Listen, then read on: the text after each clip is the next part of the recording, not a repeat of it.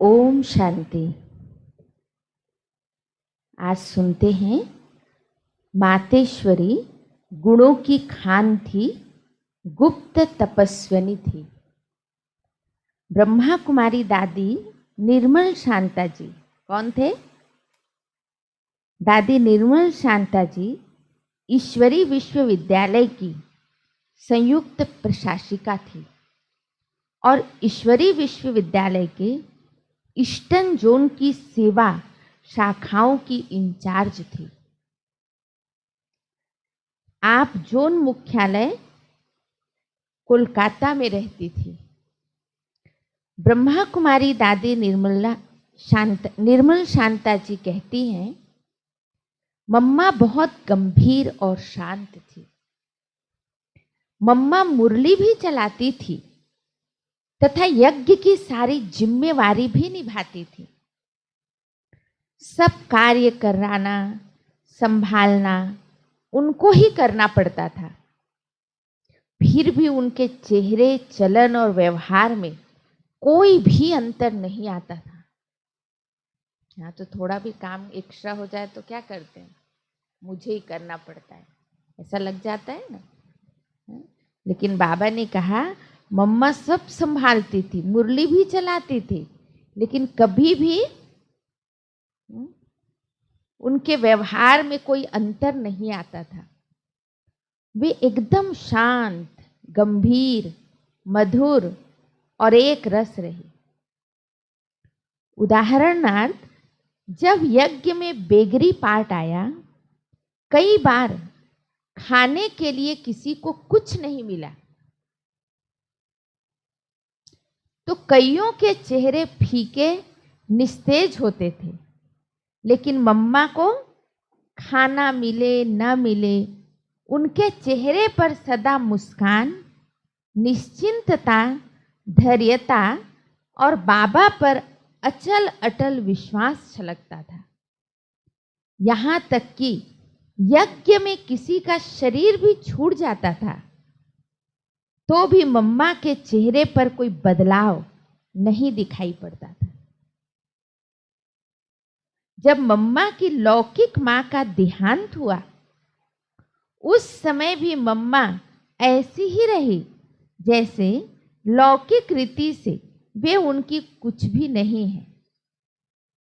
एकदम शांत, स्थिर और एक रस। कभी कुछ हो जाए तो मम्मा हमें थोड़ा भी डांटे अथवा नाराज होए, ऐसा कभी नहीं रहा। हमने तो अपनी इस जिंदगी में मम्मा में नाराजगी कभी देखी ही नहीं। संतरी बहन बाबा के साथ रहती थी और मैं मम्मा के साथ रहती थी। मैंने मम्मा को तो बहुत करीब से देखा है। मम्मा एकदम रॉयल थी। वह कभी जोर से नहीं हंसती थी, सिर्फ मुस्कुराती थी। मम्मा में गुस्सा था ही नहीं। मम्मा कहती थी कि काम, क्रोध, अहंकार आदि नरक के द्वार हैं, इसलिए तुम बच्चों को कभी गुस्सा नहीं करना है। अगर कोई गुस्सा करता था तो उस समय मम्मा हंसते हंसते बोलती थी, देखो गुस्सा को क्या कहते हैं? क्रोध कहते हैं। क्रोध को भूत कहा जाता है। क्रोध आया माना अपने अंदर भूत प्रवेश हो गया। इसलिए कभी भूत नहीं बनना, अर्थात क्रोध नहीं करना। कुछ भी हो जाए लेकिन क्रोध नहीं करना। कोई आवाज से बोलता था तो मम्मा उनको प्यार से समझाती थी, देखो तुम आश्रम में रहते हो, ऊंची आवाज से नहीं बोलना चाहिए, बहुत धीमे से बोलना चाहिए, शांति से बोलना चाहिए, बहुत कम बोलना चाहिए, मीठा बोलना चाहिए।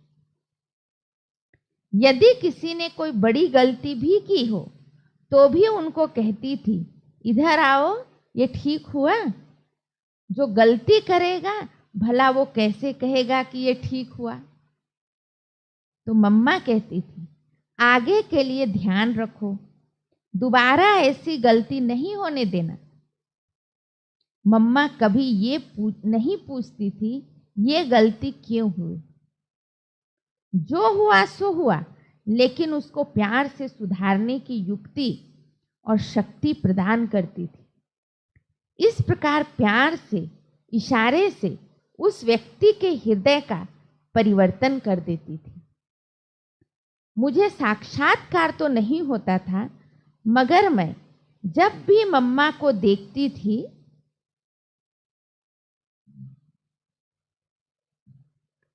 तो मुझे लगता था ये लक्ष्मी ही बनेगी। यह सतयुग की महारानी है। मैं सेवा नहीं करती थी, शहजादी जैसे रहती थी। मम्मा मुझे मुस्कुराते हुए कहती थी, जाओ बच्ची, उनको ज्ञान समझाओ, सेवा करोगे तो मेवा मिलेगा, जाओ उनको बाबा का ज्ञान सुनाओ। इस प्रकार मम्मा ने मुझे ज्ञान समझाना सिखाया, सेवा करना सिखाया। मम्मा बहुत गुणवान थी। वह गुप्त तपस्विनी थी। देखने में साधारण लगती थी, लेकिन वह गुणों की खान थी। हमने तो जीवन में मम्मा का मूड ऑफ होते कभी नहीं देखा।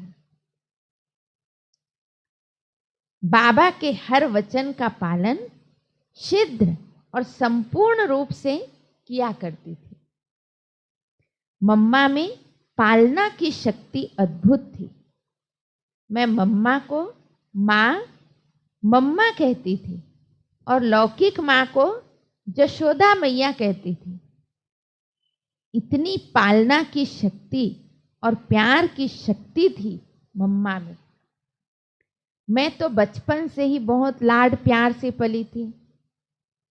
मुझे अपने व्यक्तिगत काम ही करने नहीं आते थे, अपने बाल भी बनाने नहीं आते थे। दादी जी कहती, निर्मल शांता दादी, मुझे तो बाल भी बनाने नहीं आते थे। मैं तो शहजादी जैसे थी। हर काम के लिए घर में नौकर रहते थे, लेकिन मम्मा ने मुझे हर कार्य करना सिखाया। गाड़ी चलाना, ज्ञान समझाना, बर्तन मांजना आदि आदि। इसका आधार मम्मा की स्नेह शक्ति और पालना शक्ति थी। इन्हीं श्रेष्ठ संस्कारों ने, मीठे स्वभाव ने, यह दैवी गुणों ने मम्मा को यज्ञ माता बनाया। हम मम्मा बाबा के तख्त नशीन कैसे बने? पहली बात है, कोई भी गलती ना करो, काम क्रोध आदि का अंश मात्र भी ना हो, देह अभिमान ना हो, निरंतर अशरीरी स्थिति में रहो, दिल से बाबा को याद करो और सेवा करो, तब मम्मा बाबा के तख्त नशीन बनेंगे।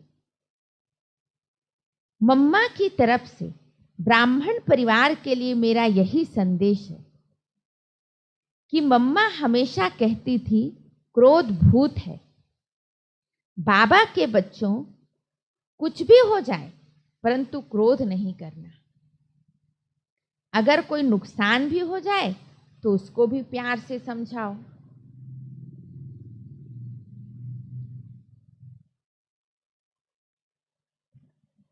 शक्ति स्वरूपा और सिद्धि स्वरूपा मातेश्वरी ब्रह्मा कुमारी दादी चंद्रमणि जी। दादी चंद्रमणि जी इस अविनाशी रुद्र गीता ज्ञान यज्ञ की आदि रत्न थी। वे ईश्वरी विश्वविद्यालय के पंजाब, हरियाणा, हिमाचल प्रदेश इत्यादि प्रांतों के सेवा केंद्र की संचालिका थी। उन्होंने मार्च 12, 1997 में नश्वर शरीर का परित्याग किया। ब्रह्मा कुमारी दादी चंद्रमणि जी अपना अनुभव सुनाती, खास इंदौर जोन को भी संभालती थी दादी जी। और दादी जी ने पूरे जोन का चक्कर लगाया, बहुत सेवा की हमारे जोन में। वो अपना अनुभव सुनाती है। मैं कुंज भवन में मम्मा की असिस्टेंट थी। इसके कारण मुझे मम्मा के साथ का संग रहने का, उनसे सीखने का बहुत अवसर मिला। मम्मा के हर गुण मुझे बहुत अच्छे लगते थे। मम्मा तो सच्ची योगिन थी। कभी व्यर्थ बातों में, व्यर्थ कार्यों में समय गंवाए, ये हमने मम्मा को कभी देखा ही नहीं। हर किसी के गुण देखना, अवगुण ना देखना, ना वर्णन करना, दूसरों को ज्ञान समझाना, शिक्षा देकर किसी का जीवन बनाना, कन्याओं को निडर और शेरनी शक्ति बनाकर बाबा को समर्पित कराना, ये सब विशेषताएं मैंने मम्मा से सीखी। इस प्रकार हरेक भाई बहन के, छोटे हो या बड़े, गुणों से प्यार करना मैंने मम्मा से ही सीखा। मम्मा की समझानी सदैव बेहद की होती थी। उनका भाव सदा अनादि और आदि का होता था। हर बात को, हर व्यक्ति को वे बेहद के रूप में देखती थी। मैं समझती हूँ कि मम्मा में इतने सारे दैवी गुणों की धारणा का कारण यही बेहद की दृष्टि, वृत्ति और भावना थी। मम्मा निर्भय बहुत थी। वो कभी किसी से डरती नहीं थी।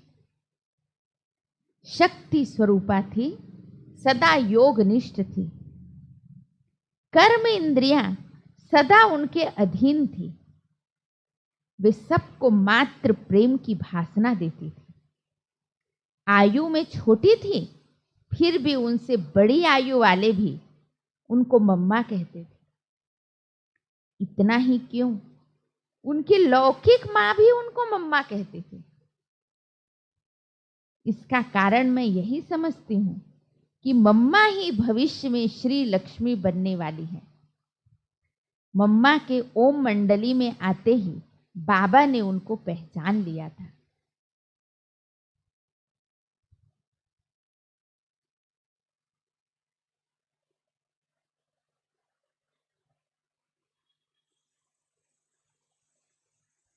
कई बार हम मम्मा से पूछते थे, मम्मा आप क्या सोच रही हैं, कहाँ हैं?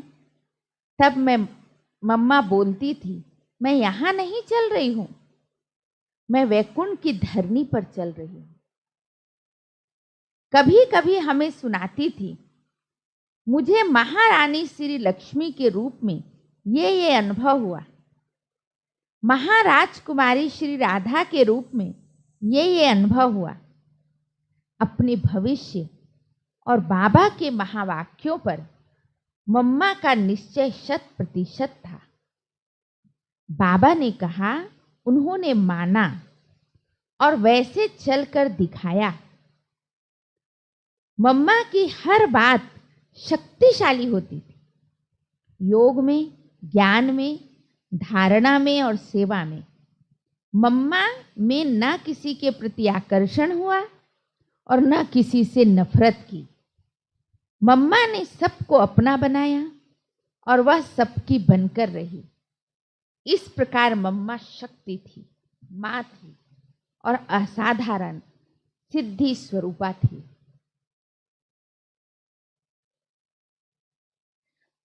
गान विशारदे संगीत शारदे मातेश्वरी ब्रह्मा कुमारी दादी मनोहर इंदिरा जी। दादी मनोहर इंदिरा जी यज्ञ की आदि रत्न थी। यज्ञ की स्थापना के समय से ही बाबा मम्मा के संग रही हुई। वर्तमान समय ईश्वरीय विश्वविद्यालय के मुख्यालय परिसर ज्ञान सरोवर विद्यापीठ की निमित्त संचालिका थी, है नहीं अभी, थी। ब्रह्मा कुमारी दादी मनोहर इंदिरा जी मम्मा के बारे में सुनाते हुए कहते हैं, मेरा ऐसा सौभाग्य था कि बाबा का घर भी मेरे घर के पास था और मम्मा का घर भी मेरे घर के पास ही था। लौकिक में भी बाबा के घर में हमारा जाना आना होता था।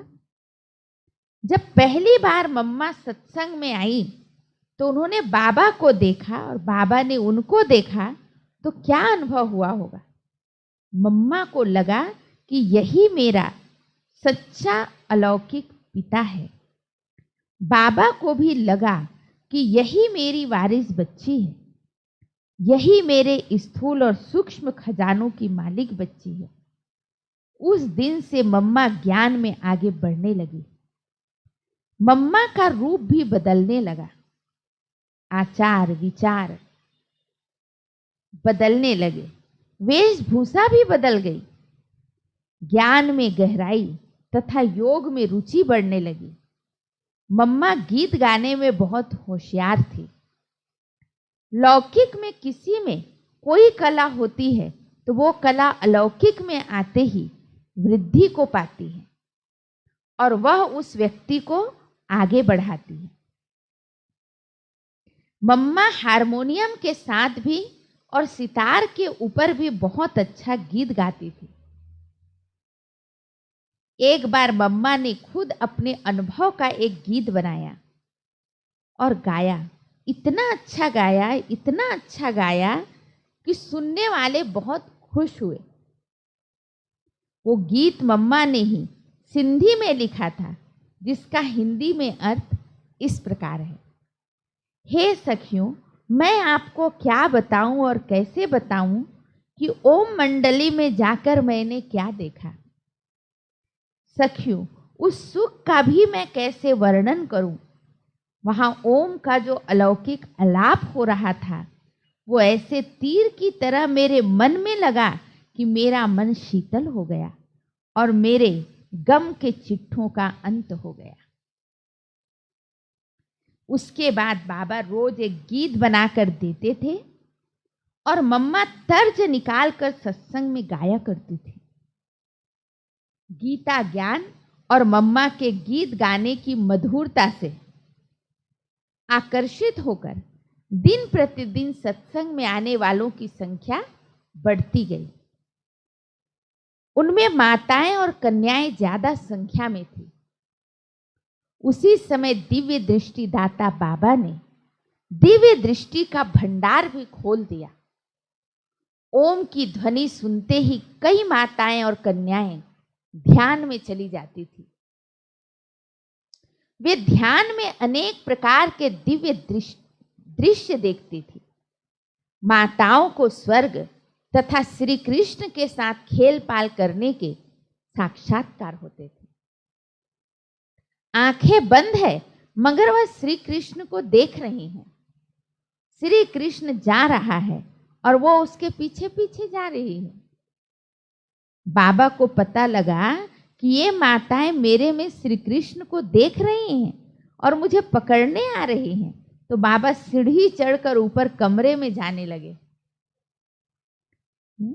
ये माताएं अपनी आंखें बंद होने पर भी बाबा के पीछे अर्थात श्री कृष्ण के पीछे सीढ़ी चढ़कर जा रही थी, दौड़ रही थी। ये बात फैल गई कि दादा लेखराज के सत्संग में श्री कृष्ण का साक्षात्कार होता है। बहुत से लोग आने लगे और सत्संग बढ़ता गया। जैसे जैसे सत्संग बड़ा होता गया वैसे वैसे मम्मा की जिम्मेवारियां भी बढ़ती गई। मम्मा का लौकिक नाम राधे था। वो सत्संग में ओम की ध्वनि लगाती थी, तो बाबा ने उनका नाम ओम राधे रख दिया। जब कोई भी किसी माता अथवा कन्या से पूछता था तुम कहाँ जा रही हो, तो वे कहती थी ओम राधे के पास। क्यों जा रही हो, तो कहती थी कि वो हमें ओम की ध्वनि लगाना सिखाती और उसका अर्थ समझाकर उसमें एकाग्र होना सिखाती है। इसलिए हम लोग ओम राधे के पास जाते हैं। अपना बंगला और सत्संग की सारी जिम्मेवारियों को ओम राधे को सौंपकर बाबा अपने परिवार के साथ कश्मीर चले गए। मम्मा जब भी सत्संग में आती थी तो सत्संग करने के बाद वहां कुछ न कुछ सेवा करके अपने लौकिक घर चली जाती थी, लेकिन न कभी प्रसाद खाती थी न भोजन करती थी। मम्मा सोचती थी कि इससे कर्म का हिसाब बनता है। हम सेवा नहीं करते अथवा कम करते हैं और यज्ञ का भोजन अथवा प्रसाद खाते हैं तो उसका बोझ हमारे ऊपर चढ़ता है। हमारा काम है सेवा करना, न कि सत्संग में आकर खाते पीते रहना। जब यह बाबा को पता पड़ा कि मम्मा ओम मंडली में कुछ खाती पीती नहीं है, तो कश्मीर से बाबा ने मम्मा को पत्र लिखा, बच्ची तुम्हारा वहाँ रहना ही बहुत बड़ी सेवा है। तुम्हारे वहाँ रहने से बहुतों की सेवा होगी। तुमको वहीं रहना है और वहीं खाना पीना है। तब से बाबा की आज्ञा के अनुसार मम्मा ने वहाँ खाना पीना शुरू किया। नहीं तो मम्मा सुबह आती थी, सत्संग कराकर तथा सेवा कर दिन में अपने घर चली जाती थी। इसी प्रकार शाम को आकर फिर रात को चली जाती थी। जब से मम्मा ने यज्ञ में रहना आरंभ किया, तब से मम्मा में बहुत परिवर्तन आने लगा। बाबा कश्मीर से मम्मा के नाम, दादी कुमारका के नाम और दादी चंद्रमणि के नाम से पत्र भेजते थे। लिखते थे कि ये ज्ञान का पत्र है, इसको पढ़कर धारण करो और साथ साथ सत्संग में सुनाओ। मम्मा तो ऐसे कर लेती थी, लेकिन कुछ बहनें डरती थी, तो मम्मा उनमें धैर्य और साहस भरकर ज्ञान सुनाना सिखाती थी।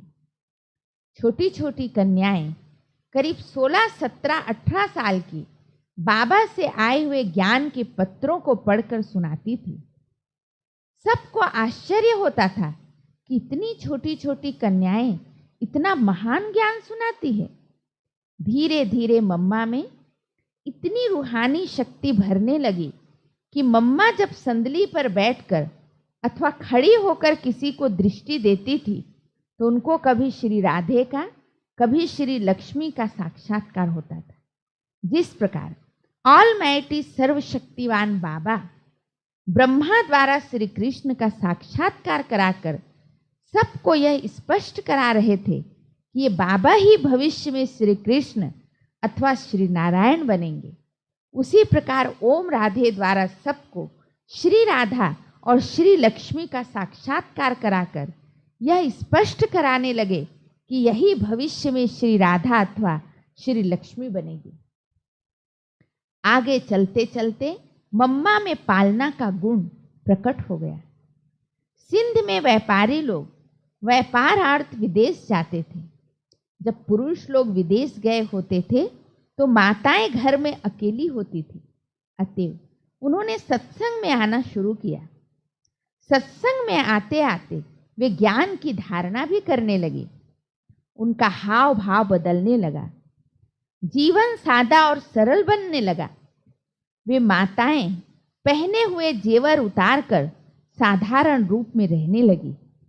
जब उनके पति लोग वापिस आए तो वे उनको देखकर आश्चर्यचकित हो गए कि उनकी पत्नियों को क्या हुआ है। वे शांत और निराली हैं, जेवर आदि भी पहने नहीं हैं, तो वे अपनी स्त्रियों को मारने पीटने लगे।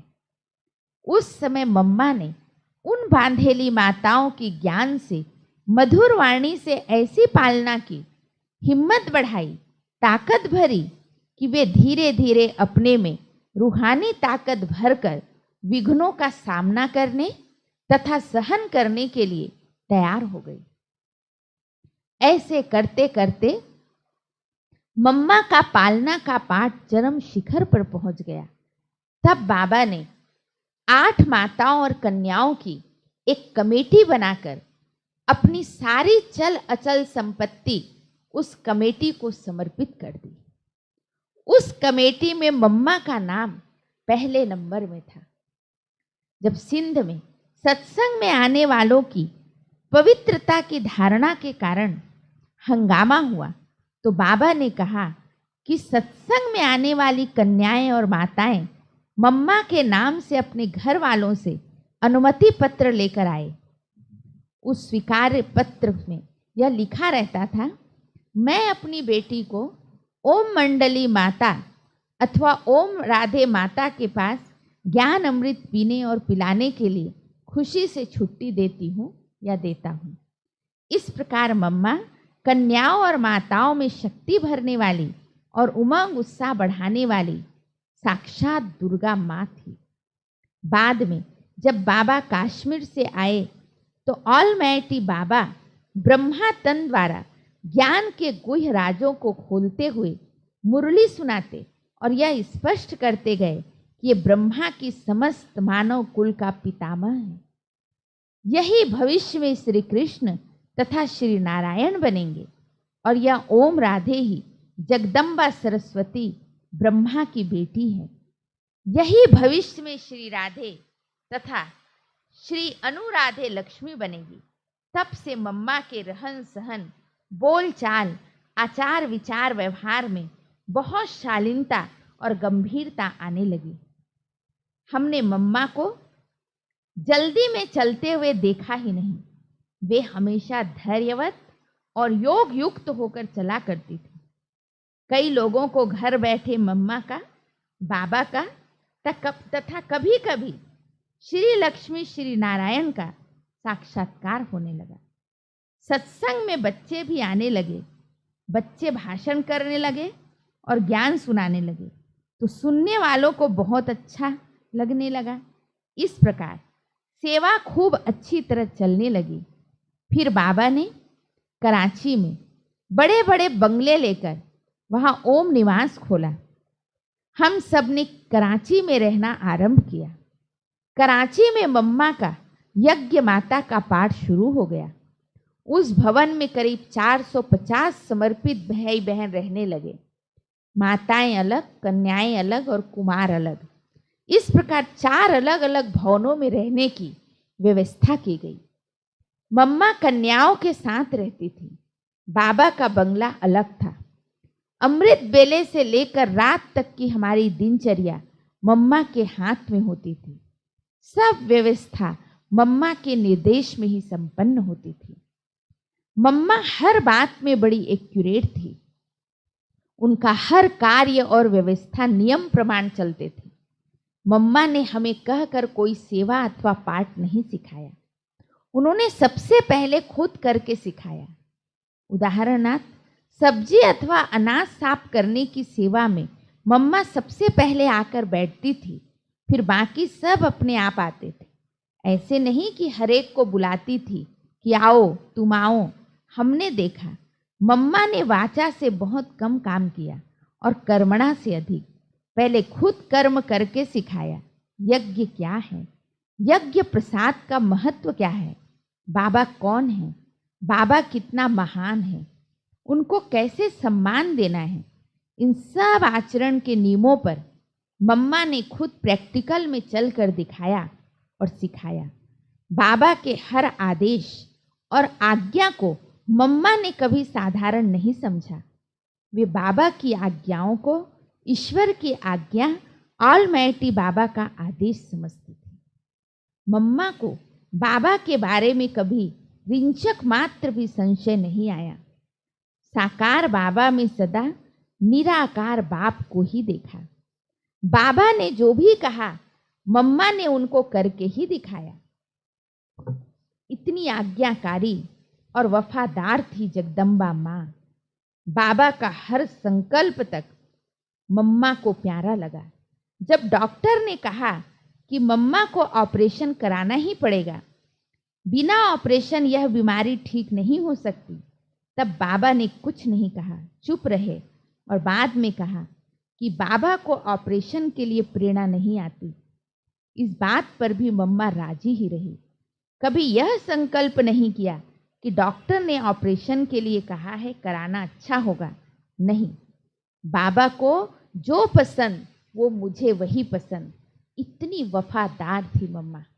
मम्मा के शब्द ही थे, हुक्मी हुक्म चलाए। बाबा हजूर जैसे चाहे वैसे हुक्म चलाए, जैसे चाहे वैसे करे। ये सब कुछ उसी का है, मेरा कुछ नहीं। बाबा ने कहा और मम्मा ने दिल से उसको स्वीकार किया।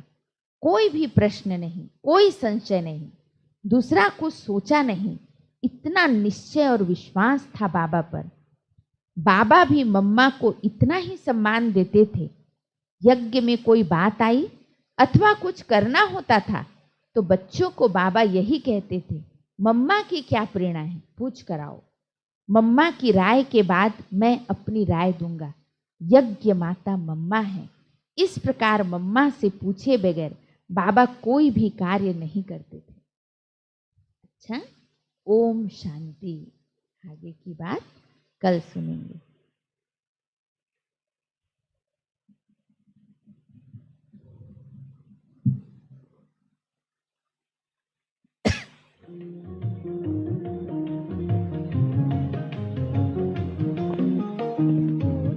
जग तेरे स्वरूप को महिमा तेरी करे अपार। हे बाबा की लाडली बेटी जीत लिया तुमने संसार। पूजे जग तेरे स्वरूप को महिमा तेरी करे अपार। हे बाबा की लाडली बेटी जीत लिया तुमने संसार। पूजे जग तेरे स्वरूप को।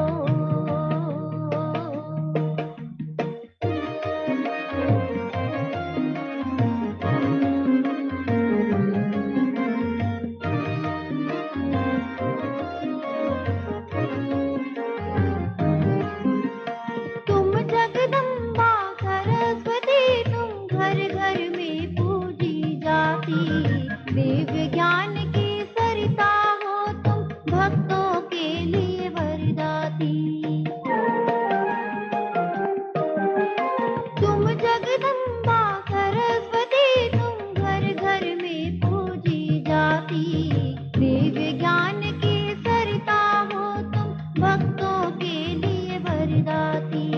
तेरी जोत जला कर दुनिया शीश झुकाए बारंबार। हे बाबा की लाडली बेटी जीत लिया तुमने संसार। पूजे जग तेरे स्वरूप को महिमा तेरी करे अपार। हे बाबा